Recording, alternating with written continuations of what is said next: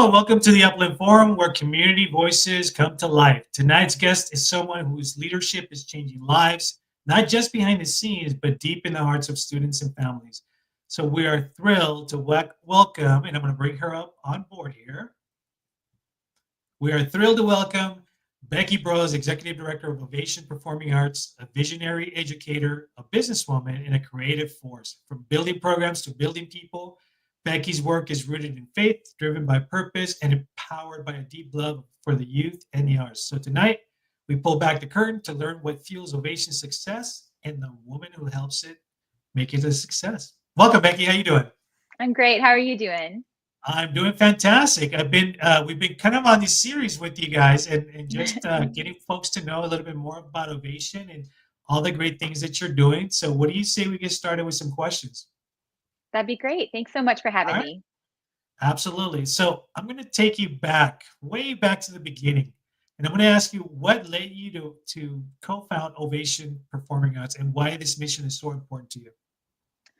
Well, back in 2004, we decided to form this nonprofit school for kids. It came out of our experience in the performing arts and the industry as a whole. I was a musical theater performer and I was doing equity theater and really enjoying it. I started producing, but I was encountering a lot of children who wanted to know how to break into the business. And our answer was always don't, or if you're going to, please do it in a safe manner. And so we decided to form Ovation to create a safe haven for kids to learn character. And so it's always character first, who they're going to be in the world. Because if they can get those life skills together before they go into the industry or pursue the arts, it just grounds them to make better choices no matter what field they end up going into as adults. No, absolutely. And I know that you wear many hats. I mean, you're an educator, you're a writer, director, executive director. How have these roles shaped your leadership today? Oh, that's a big question. Well, I think every component comes with its own challenges. When you run a small grassroots nonprofit organization, you do learn to wear many, many hats, and you have to learn to be flexible and adaptable. And I think that in itself is what has really formed each of the leadership roles because they all build on each other and they all work function so closely together, and it's necessary to again maintain that fluidity so that you Mhm. can adapt to any situation. So, my next question, I already know the answer to this, but I want folks to hear all about it. So, what makes Ovation different from any other youth arts program out there? I think it's the heart of the school and of who we are. Again, because I know all people who work with children, the children come first and they always have a heart for the children. Our focus is really again about developing who they are, their character, who they're going to be. We're not a competitive school. We are more about learning those life skills of encouraging each other, compassion, empathy, learning to give back. And I think that's really what sets us apart because our focus is slightly different. We get to use the performing arts, which is really fun for the kids to teach them these important life skills, but I would say that's what really is the big difference with us. So, I'm gonna change gears a little bit too, but talk to us like how does your faith influence your work and leadership style innovation? Well, I think there's a lot of principles that I grew up with that have become important to me in my faith, and the biggest one is, love your neighbor as Right, yourself, but even do like love your neighbor more. And even right. in our theme song, you'll hear that you want to learn to how to love yourself, but love your neighbor more. And what can I do for the person next to me who's in need, who's hurting, who I might not know what they're going through. So that they might be having a bad day, and that's why they're responding in a certain way. And I think that is at the core of everything we do is love and love one another. So that has greatly impacted the motivation in our organization. I think I've asked your colleagues that the next question I'm going to ask you, and that's you've mentored many students, many families. What's one success story that continues to move you? There's a couple that come to mind presently. One is a young lady that came to us when she was about 12, and she was really struggling with communicating and making friends at school, and very shy, and just really needed to come out of her shell a little bit. And so her dad brought us to the school early on, and she began taking improv classes and all of the classes that we offer. So our students take everything. They take singing, dancing, acting, whether or not they dance, whether or not they sing, they take the classes anyway because the classes each build on each other and they build different skills.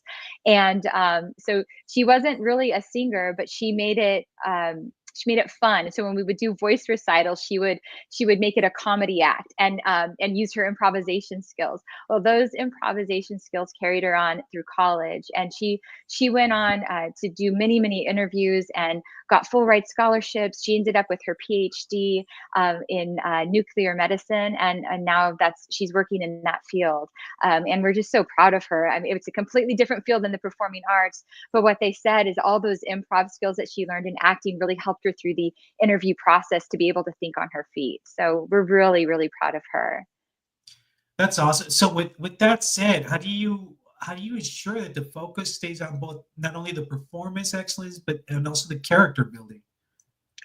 I think it's just innate in what we do. The music that we choose for the students and the voice classes and the dance classes really, they all have purpose. So we're doing a workshop this summer with the kids. It's a performing arts workshop. It's like a day camp. And so every single song that we have has purpose behind it. So it's teaching them something. So as they're learning the music, those ideas are being ingrained into them, that they are capable of more than they thought, that they are special, they are unique.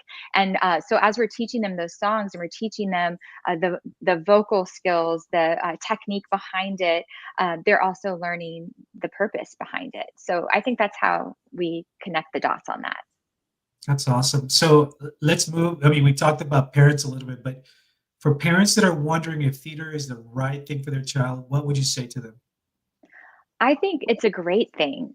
If they're wondering, then there's probably some things at home that you've observed about your child being creative, and I think it's a wonderful thing to explore for them. I know for me, I did my very first community theater play when I was in the first grade, and it had such an impression on me, and it had a profound impact on my life and kind of the direction that I ended up going in. And I say, by all means, pursue those things, those creative outlets. That's kind of what the driving force is. I think in our society is imagination and creativity. So I know that running the because Ovation is a nonprofit, right, organization. So running nonprofits like yours and directing programs, I mean, I know it takes serious strategies. And what's been a key to Ovation sustainability and impact? And I know we're going to talk a little bit more about something else related to this question, but I wanted to ask you that. I think the biggest key is faith.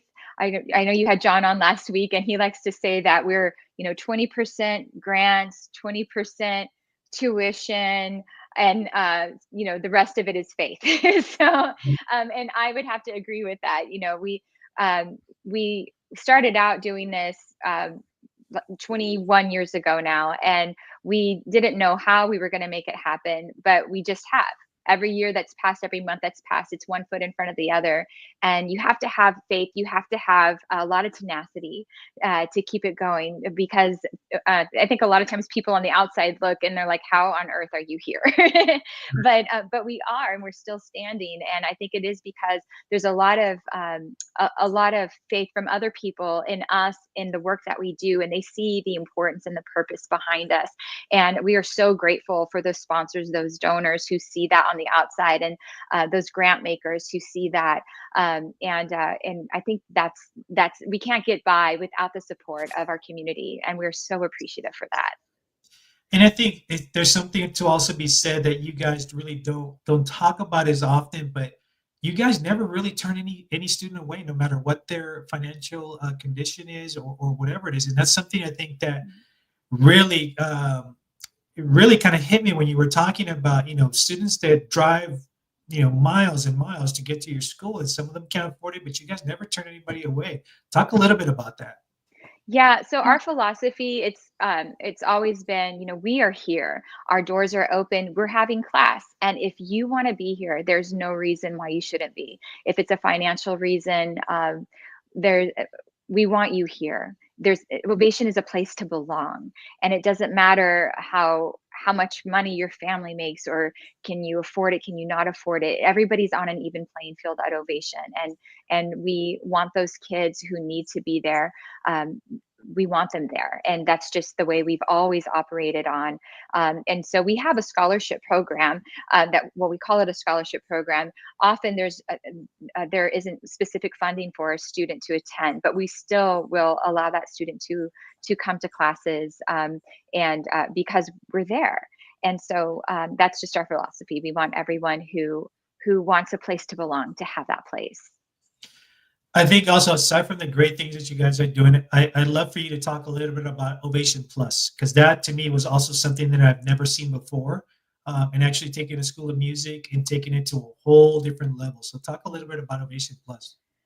I love Ovation Plus. They are our adults with special needs, and it's all types of abilities. So we meet on Wednesday nights and Thursday nights. They each have there's different class groups that meet for an hour and a half, and they take dance, singing, and acting. And their improv skills are incredible. And actually, it has opened up their world. And a lot of them are able now to communicate with their parents and their caretakers in a way that they haven't been able to in the past, because now they'll say things like, "Hey, let's do an improv." So that they can communicate what they're thinking, and it gives them that permission to be able to speak what they're thinking or feel what they're feeling. And it's been phenomenal. We started the program. We actually had this program before we officially started Ovation. The very first student in that program, his name was Cameron, and we created the class for him. And he started inviting his friends, and then the class just gradually grew. And then now, 20 years later, it's just it's amazing what has happened, especially in the last 5 years. It has just exploded, and we're super excited about the future of that class. It's a lot of fun. It's one of my favorite days of the week. And folks, you will have an opportunity to see a lot of their stuff, because now we're going to talk a little bit about sustainability. We talked about that. What do you have coming up that's also very important, not only for Ovation, but make sure that students get the outreach and everything that they need? So we have our annual gala and silent auction. It's called Legacy, and it is our most important fundraiser of the year. And it's going to be on May 29th. It's next Thursday, and it will be at the DoubleTree in Claremont. And we are so proud to announce that the DoubleTree Claremont has completely underwritten this event. So 100% of the ticket sales will go back to support the programs at Ovation School for the Performing Arts. Our students are going to perform. You'll get to hear testimonials from students themselves, from their parents. And then we have an amazing keynote speaker. His name is Mark Marshall. He is on our board, and he has worked a lot in the industry with child actors. And he's going to speak about the importance of safety of our children in the arts. And so it's going to be a wonderful time, great food, an awesome dinner. So please don't miss out. Please come and check it out. Check out our silent auction. I just heard right before that the preview of the auction is already online, so you can Oh, see all wow. the amazing items from the Dodgers memorabilia. We have autographed guitar from Taylor Swift, Ed Sheeran, some awesome music memorabilia, experiences. So please support our event. Everything goes to Ovation. And as you can see, folks, I have the site, so you can go ahead and sign up right after we finish this interview. So we want to make sure that we continue to support your organization. You're doing phenomenal work with that. And but let me ask you now. Also, you just mentioned legacy. So Mhm. I want you to think, when you look back at the legacy that you're building, right? Mhm. What do you hope people remember most about your leadership? I don't know that I want them to necessarily remember anything about my leadership. I want the kids to look back and on their childhood and their upbringing and their time at Ovation, and as a special time, as a time when they felt safest, as a time when they could explore who they are and know that they would not be judged, that were welcome every single time. And that's what I think the greatest legacy would be.